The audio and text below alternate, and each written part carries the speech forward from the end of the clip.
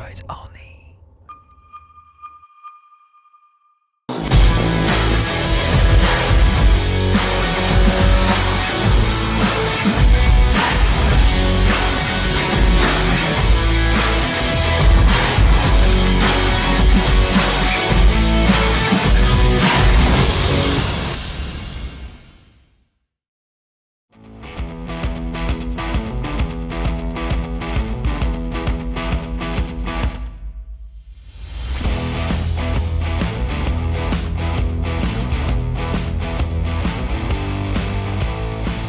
Bonjour à tous, aujourd'hui nous allons cruiser. Nous allons cruiser à bord de la Super Meteor 650, le nouveau haut de gamme de la marque indienne Royal Enfield. Alors c'est une moto d'abord qui est sublime, sincèrement, regardez-la dans les détails.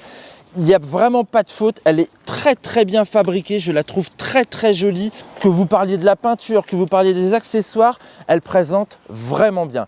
Et on la connaît déjà presque, on connaît son moteur puisque c'est le même 650 bicylindre parallèle que vous trouvez sur les Interceptor et Continental GT 650. En revanche, le cadre, toujours by Harris Performance, les Anglais, a été un petit peu modifié. Tout ça pour s'adapter au cruising. On a une très belle moto avec cette fameuse forme en sablier. En fin de compte, si vous le regardez la moto un petit peu par au-dessus, vous aurez le galbe de ce gros réservoir. Hop, ensuite, elle est très échancrée là justement au niveau de sa taille, on va dire. Ensuite, on retrouve des belles formes vers l'arrière. C'est typique du genre cruising, une moto tout en longueur que je trouve quand même déjà délicieuse comme ça, elle donne envie justement d'aller l'essayer. Après ça, il y aura une petite revue technique où on parlera un petit peu de toutes ses spécificités et puis je reviendrai en plateau à la fin pour ma petite conclusion, le placement sur la catégorie. Je vous emmène, c'est ici que ça se passe. Allez, faut monter là maintenant.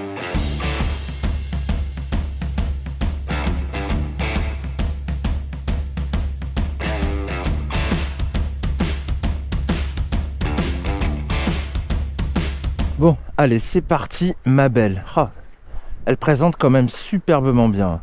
Celle à 740 mm du sol, on est même plus bas que sur la Meteor, qui elle est à 765 mm. Hop, bonjour. Hop, contact. Oh, c'est sympa, dis donc déjà. Ça vibre pas. Allez, on est parti. Oh ouais, c'est dingue, on sent pas du tout les vibrations de ce Twin. C'est hyper bien filtré. Mais ce que j'aime bien là direct, c'est cette position pied en avant. On cruise superbement bien avec des grandes échasses hein, pour un gaillard d'1m83 comme moi. Ah, j'avouerais que j'aimerais encore plus mettre les pieds en avant. Mais là, c'est quand même bien. Et puis j'ai accès direct aux pédales. Top. Elle est très échancrée hein, à la base. Hein. C'est bien la forme de sablier hein, dont Royal nous avait parlé. Du coup, on a très bons appuis. Et puis, on est bien sur cette petite selle qui n'est pas d'un moelleux mémorable. Elle a l'air assez fine, mais en fait, les suspensions travaillent bien. Pour mon confort, ça va. Faut pas que je tombe dans une grosse dépression, en fait. Ou là, petit retour dans le bas des reins, mais sincèrement, ça va. On a une bonne prise en main aussi avec ce guidon. Pas trop large, bien ramené vers le pilote. Regardez mes bras, comme ils sont détendus. Ouais, je suis bien. Ça cruise, bercé par ce Twin. Ah, il est bien ce moteur. Il monte gentiment. Ah, là, on commence à ressentir un petit peu plus ses pulsations. Mais alors, c'est pas du tout désagréable. Bien au contraire, ça participe à son caractère. Il en veut, hein. Alors, j'ai pas de compte-tour, comme j'ai d'habitude, hein, pour vous faire un petit peu étalage de son caractère. Mais je trouve que le couple est bien réparti. On le sent bien présent dès le bas du compteur. Il nous emmène tranquillement d'un virage à l'autre. Ah, la sonorité, elle est vraiment sympa aussi. Hein. Elle est sympa quand on est sur la moto et quand on suit les petits copains aussi. On a le bon petit plop, plop, plop, plop. Ça, c'est très attachant également. Ah, on est bien connecté à la poignée. Pas de soucis. Hop là, freinage Mehdi. Eh ben tiens, le freinage, on en parle parce que c'est quand même une très bonne chose. Elle freine fort, hein. Elle freine vraiment fort, de l'avant comme de l'arrière. Ce qui est étonnant pour un cruiser, parce que généralement, genre de bécane, on va tout piloter de l'arrière. Mais là, non, l'avant est vraiment mordant. Attaque un petit peu franche. Ah, il est puissant ce frein. Et l'arrière, On l'a vraiment sous le pied. Ça permet d'asseoir la machine. Tout ça est mis sur la surveillance d'un ABS. Mais même avec ces gommes là d'origine indienne, eh ben, ça met pas du tout en péril cette assistance. Au contraire, il y a du grip. C'est très très bien. J'aime bien les trains roulants avec ce 19 pouces à l'avant, 16 pouces à l'arrière. Une moto qui est lourde, oui, 241 kg en ordre de marche. C'est un poids respectable, sauf que le centre de gravité de cette moto est vraiment au ras des pâquerettes. Et en outre, je trouve qu'il y a une très bonne répartition des masses, ce qui fait qu'on a une bécane qui est homogène, mais qui est sans mode d'emploi. Ça se conduit, mais à l'instinct, très facilement. Regardez comme ça, virevolte. Allez, ça passe bien, hein. Et franchement, pour un cruiser, pour un custom, je trouve que la garde-sol, elle est pas si mal. On arrive à frotter les tétons des repose-pieds, mais il faut quand même déjà se cracher dans les pognes. Là, regardez. Hop. Et là, moi, j'ai quand même déjà un bon degré d'angle, hein.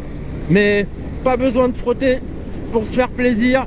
C'est vraiment une belle bécane pour la balade. C'est vraiment très attachant. Ah, cette fourche à l'avant, elle canalise bien, hein, le train. Elle plonge pas. Lorsque je sollicite le frein avant, ça lui permet d'avoir, je pense, cette vivacité dans les changements malgré cette grosse roue. Moto très bien née. Bonne stabilité sur l'angle. Elle est précise. Elle est facile. J'ai fait un petit peu d'autoroute avec, hein, pas grand chose. Pour vous dire qu'évidemment la protection c'est pas son point fort, on s'en serait douté.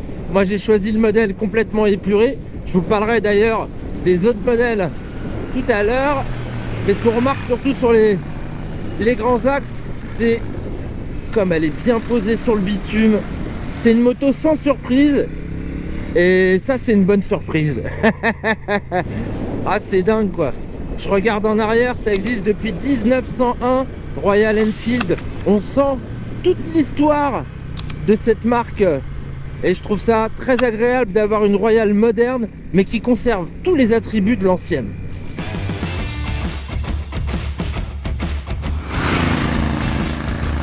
Merci pour le rappel historique. Maintenant, place au point technique. Et tout d'abord, son bloc qui te séduit beaucoup. La Royal Enfield Super Meteor 650 est animée par un bicylindre parallèle de 648 cm3, délivrant au sol la puissance maxi de 47 chevaux à 7250 tours par minute pour un couple maximal de 52,3 Nm à 5650 tours par minute. Une mécanique déjà connue sur les Interceptor et Continental GT 650. La cavalerie transite via une boîte mécanique 6 rapports et une roue arrière de 16 pouces qui, combinée à la roue avant de 19 pouces, donne une configuration typiquement cruising à cette moto. Autre élément confortant cette approche, sa selle basse à 740 mm, son cadre spécifique by Yaris Performance, c'est 241 kg sur la balance, et son gros réservoir capable de contenir très exactement 15,7 litres. Les trains roulants sont eux aussi soignés, avec une fourche inversée Showa de 43 mm de diamètre pour un débattement de 120 mm et un combiné d'amortisseurs arrière réglable de 101 mm de débattement. Côté freinage, le disque de 320 mm est pincé à l'avant par un étrier double piston By-Bray, tandis que l'arrière reçoit un disque de 300 mm, étrier By-Bray double piston aussi. Avant la conclusion, un rapide tour des équipements de cette Super Meteor 650 bien dotée de série. L'instrumentation est confiée à un beau compteur circulaire très rétro, accueillant au centre une partie LCD avec trip et niveau d'essence par jauge. Et juste à côté, non, ce n'est pas un contour, mais une petite bubble qui permet d'avoir la navigation turn by turn, virage par virage, connectée à l'application mobile Royal Enfield. Une prise USB se cache derrière le couvercle latéral gauche, et enfin, une béquille centrale complète l'ensemble. Oui, tout ça c'est de série. Allez, place à la conclusion, et d'ailleurs, Mehdi, tu fais quoi dans la Terre? C'est pas un trail? Bon oui, je m'arrête dans des endroits qui sont pas forcément bitumés parce que c'est ça un petit peu l'esprit de cette moto. On vadrouille, on musarde, on s'arrête un peu où on veut et puis il y aura une raison, je vous en parlerai un petit peu plus tard. Bon, globalement, qu'est-ce que je pensais de cette Super Meteor 650 ? Eh ben, je trouve que c'est un super compromis. En fait, cette bécane, elle est assez homogène, assez saine. Elle est très agréable de moteur. Vous le savez si vous avez déjà essayé les Interceptor et les Continental GT 650. Ce moteur est étonnant. C'est dingue parce que on est dans la tradition, comme on l'a chez Triumph, ce bicylindre parallèle. Sauf que il est quand même très modernisé. Il n'y a pas de mauvaise vibration. Il a un calage extrêmement régulier grâce à l'injection et puis il fournit toujours des sensations. Ça, c'est très sympa. Il y a beaucoup de couples, ça aide et puis ça permet de rouler et d'enrouler toujours sur le même rapport. Pour ce qui est de la partie cycle, là aussi, c'est plutôt une bonne nouvelle. Alors, ok, c'est une bécane qui est lourde. Bon, faut dire que en termes de finition, il y a du métal un petit peu partout. Elle est très soignée. Il y a un beau cadre en acier. Mais finalement, ce poids, on ne le ressent pas une fois qu'on est dessus parce qu'il y a un équilibre général qui est vraiment satisfaisant. Et puis, on a beaucoup de poids en bas, comme je vous le disais tout à l'heure. Côté suspension, les éléments Showa jouent vraiment une belle partition entre la fourche inversée et le combiné d'amortisseurs arrière. Le confort, je vous ai dit, c'est un petit peu ferme parce qu'en fait, à l'arrière, ça joue sur une course de seulement 101 mm, si je me rappelle bien.